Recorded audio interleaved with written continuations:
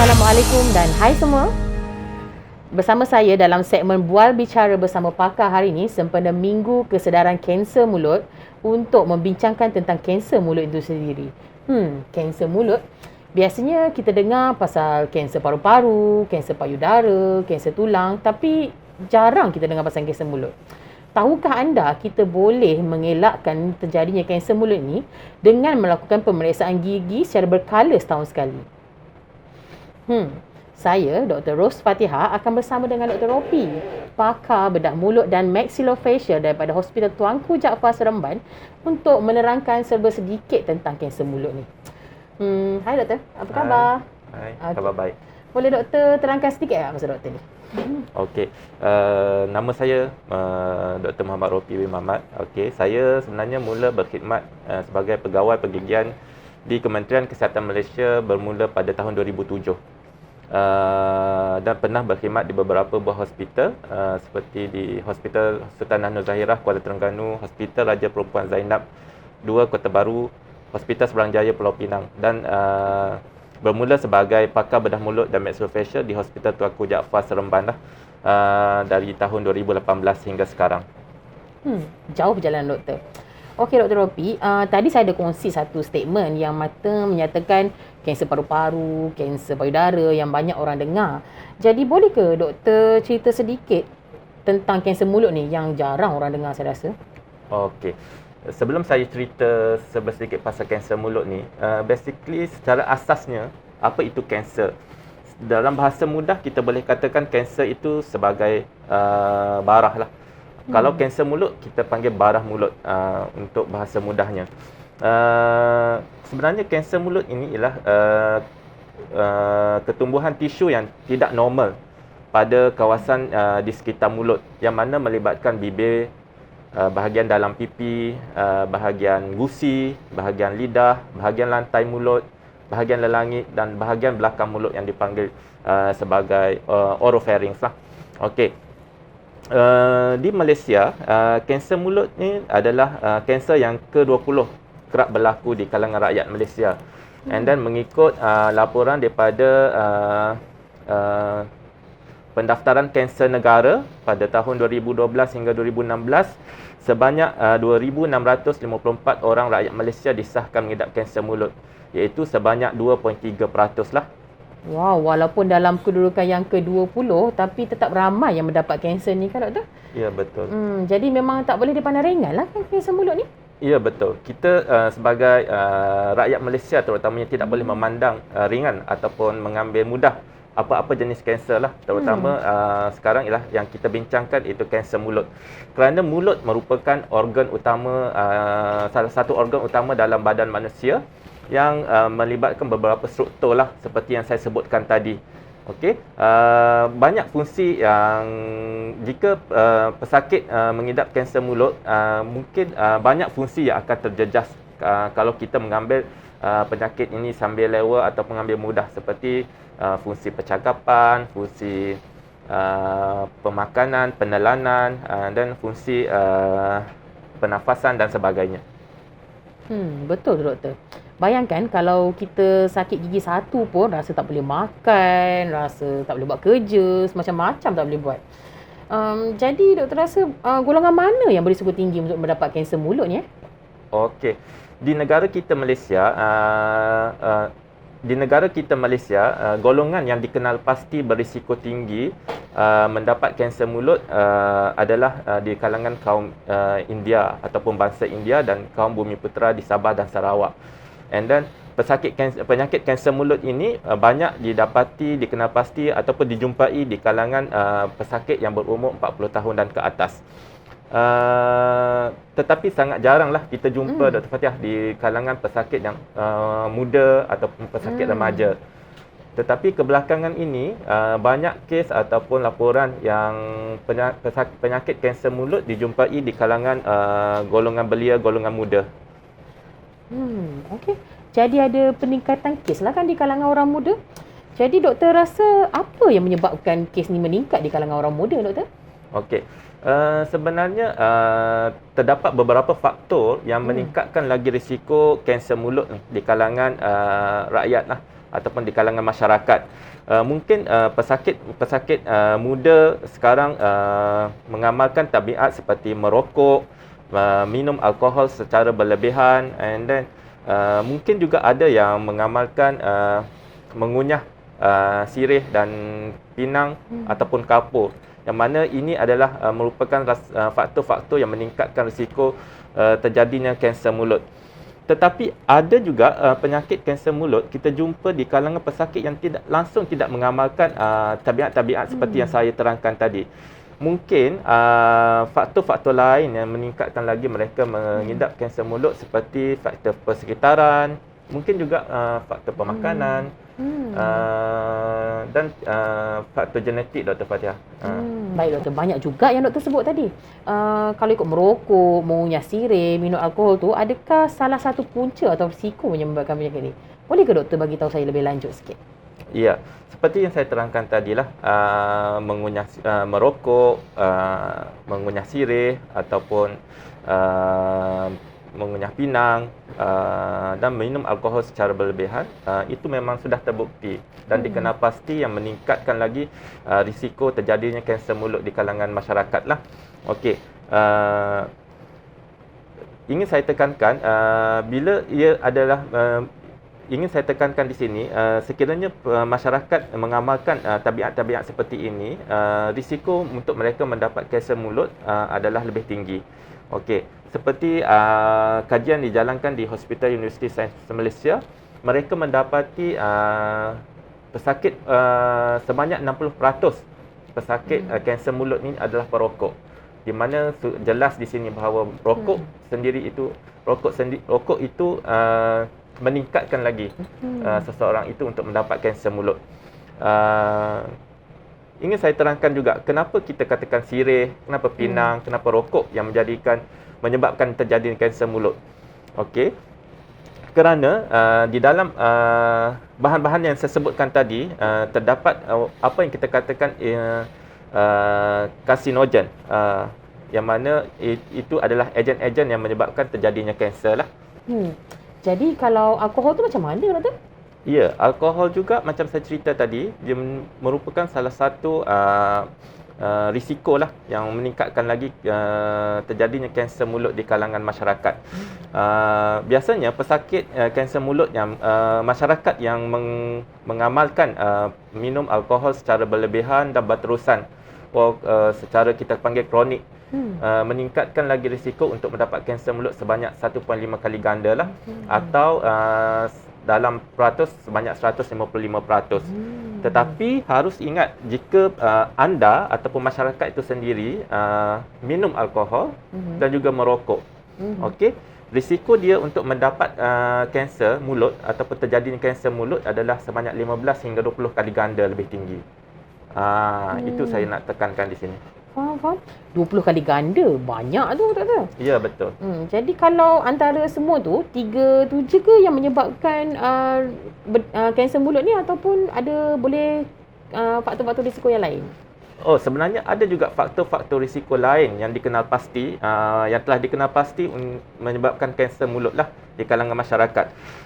Yang pertama, selain itu ialah jangkitan kuman. Yang telah dikenal pasti ialah jangkitan virus, yang mana kita panggil jangkitan virus human papilloma virus jenis 16 dan 18 lah, yang boleh menyebabkan terjadinya risiko kanser mulut di kalangan masyarakat. Selain itu, jangkitan kulat yang kronik yang terlalu lama mungkin juga boleh meningkatkan lagi risiko terjadinya kanser mulut. Faktor-faktor lain seperti mereka yang terdedah kepada cahaya matahari terlalu lama ataupun secara berlebihan meningkatkan lagi risiko untuk mendapat kanser mulut lah, terutama di bahagian bibir bawah. Okey. Last sekali saya nak tekankan di sini, kadang-kadang kita terlepas pandang, okey, masyarakat terlepas pandang ataupun mengambil mudah risiko terjadinya kanser mulut, iaitu iritasi secara berterusan di bahagian dalam mulut. Iritasi ini berlaku mungkin disebabkan struktur gigi yang tajam, struktur tampalan yang tajam, ataupun mungkin disebabkan oleh gigi palsu yang mencederakan bahagian dalam mulut. Okey, sekiranya tidak dirawat, mungkin boleh meningkatkan lagi ataupun boleh menyebabkan tisu itu berubah menjadi kanser lah. Uish, banyak betul risiko dan punca yang boleh menyebabkan kanser mulut ni. Takut pula saya. Jadi doktor, macam mana pula kita nak detect atau kesan kanser mulut ni dengan lebih awal? Ya, biasanya kanser mulut ni pada peringkat awal ni biasanya pesakit ia tidak mempunyai kesan yang ketara lah, boleh saya katakan. Maksudnya pesakit mungkin tidak sedar akan masalah ini. Okey, contoh-contoh tanda-tanda awal penyakit kanser mulut ni ataupun mungkin peringkat prakanser. Okey, apa boleh katakan peringkat prakanser. Tanda-tandanya seperti tompok-tompok putih yang tidak boleh ditanggalkan. Maksudnya tidak boleh ditanggalkan sama ada oleh doktor ataupun oleh pesakit sendirilah. Di mana kita panggil istilah ini adalah sebagai leukoplekia. Okey. Tanda kedua, tompok merah yang kita panggil erythroplekia ataupun tompok-tompok yang bercampur merah dan putih. Okey. Tanda-tanda awal yang lain seperti ialah ulcer di bahagian sekitar mulut ataupun di dalam mulut, yang mana ulcer yang tidak sembuh dalam masa 2 hingga 3 minggu selepas diberi rawatan. Masalah ini masyarakat semua hendaklah mengambil beratlah untuk mengambil cakna tanda-tanda sebegini. Dan tanda-tanda awal yang lain contohnya pembengkakan ataupun benjolan yang dilihat di dalam mulut ataupun di bahagian leher. Okey. Kadang-kadang pesakit juga mungkin datang kepada doktor pada peringkat sedikit lambat ataupun sedikit lewatlah. Tanda-tanda kanser mulut peringkat lewat, biasanya pesakit mungkin mengalami rasa kebas di bahagian dalam mulut ataupun di bahagian sekitar mulut, kesukaran untuk menelan, untuk bernafas, mungkin ada kesukaran untuk bercakap. Masalah tanda-tanda lain mungkin pesakit hilang selera makan ataupun hilang berat badan, di mana tanda-tanda ini sudah sedikit peringkat yang lambatlah, peringkat yang teruk. Faham. Jadi kalau nampak ada tanda atau simptom yang doktor cakap tadi, memang sahih ke memang dia ada kanser mulut? Oh, okey. Tidak semestinya macam tu. Okey, tidak semestinya macam tu. Jangan kita tengok tanda-tanda seperti itu kita syak itu adalah kanser mulut. Okey, seharusnya masyarakat di luar sana, okey, bila mereka terjumpa ataupun terlihat tanda-tanda seperti yang saya sebutkan tadi, seeloknya datang berjumpa doktor lah, doktor gigi, untuk kita membuat pemeriksaan dan penyiasatan lanjut lah untuk menentukan apakah masalah tersebut. Kadang-kadang tanda-tanda tersebut ialah tanda-tanda bukan kanser pun. Tidak semestinya apa yang saya katakan itu semuanya tanda-tanda kanser lah. Faham doktor. Jadi kalau macam tu, kanser mulut ni sebenarnya ada rawatan ke ataupun memang tak ada rawatan untuk kanser mulut ni? Okey. Sebenarnya kanser mulut ada rawatan. Okey. Harap masyarakat di luar sana sedar tentang benda ni.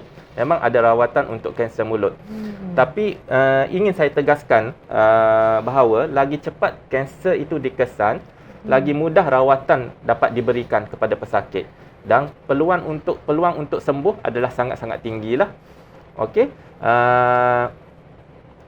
Rawatan kanser mulut ni biasanya dia melibatkan beberapa pasukan.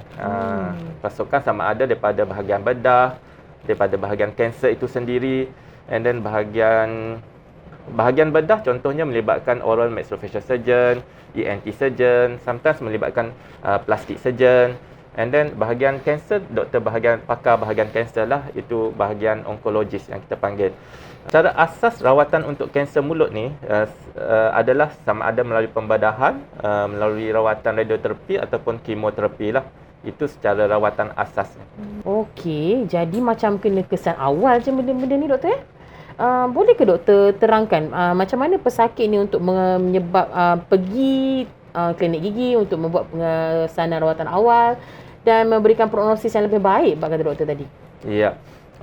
Salah satu cara lah untuk kita kesan kanser mulut ni peringkat awal ialah dengan masyarakat atau pesakit itu sendiri membuat pemeriksaan mulut secara sendiri di rumah. Okey.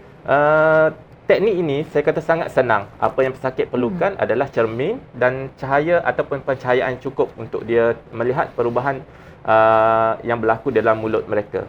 Cuma pemeriksaan ini sepatutnya dilakukan secara teratur dan sistematik lah. Okey, untuk mendapatkan maklumat lanjut macam untuk secara pemeriksaan mulut ni, mungkin masyarakat boleh mendapat rawatan daripada mendapat tunjuk ajar daripada doktor-doktor gigi lah di bahagian di kawal klinik berdekatan masing-masing. Okey. Cara yang kedua ialah saya menggalakkan masyarakat di luar sana mendapat pemeriksaan pergigian secara berkala. Sekurang-kurangnya setahun sekali lah. Sebenarnya doktor gigi bila anda mendapatkan pemeriksaan pergigian, sebenarnya doktor gigi sendiri akan memeriksa selain daripada gigi, dia juga memeriksa struktur di dalam mulut lah sama sebarang perubahan yang berlaku. So maksudnya sebarang perubahan peringkat, contohnya prakanser ataupun peringkat kanser mungkin boleh dikesan pada semasa anda mendapatkan pemeriksaan daripada doktor gigi.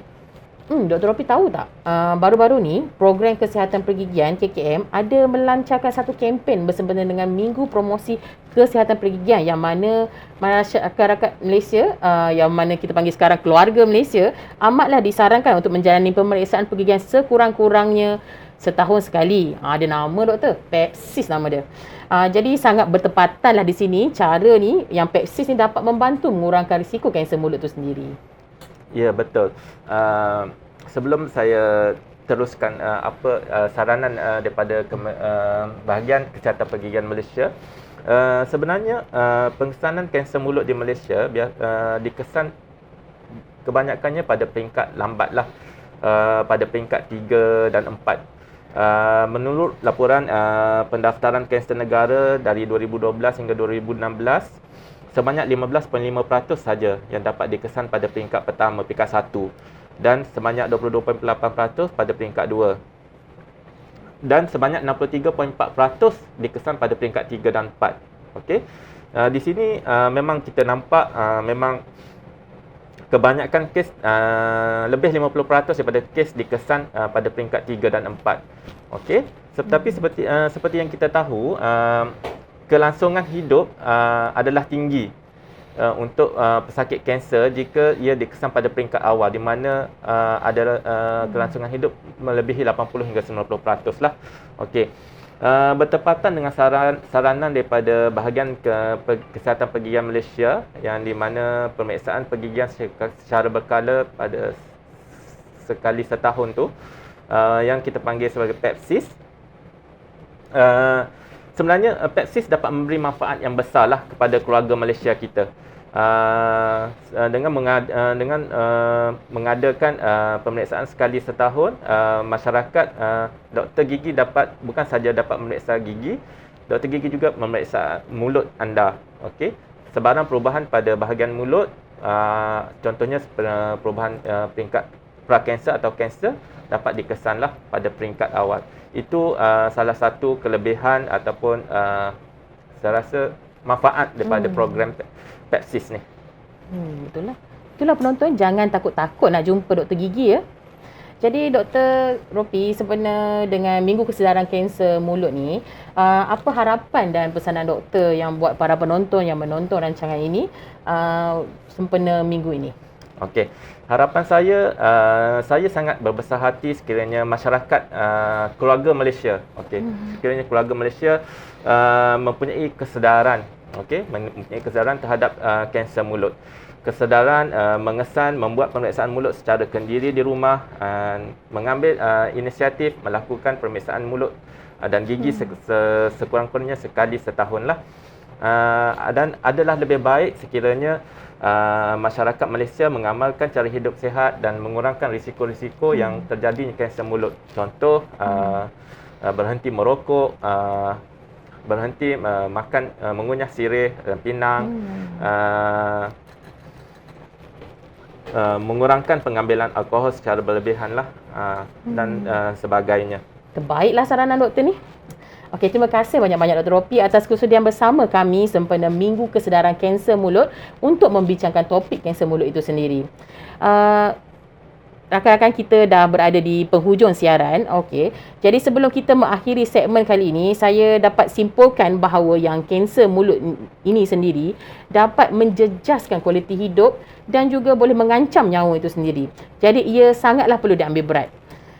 Jadi semoga perkongsian yang kita kongsikan bersama saya dan Dr. Ropi hari ini dapat membuka minda para penonton dan rakan-rakan di luar sana mengenai kanser mulut ini sendiri. Jadi ada frasa untuk kanser mulut ni. Frasa dia ialah ambil berat, jangan lewat. Okey, oleh itu sekian sahaja daripada kami di sini. Jumpa lagi di segmen akan datang. Assalamualaikum. Bye.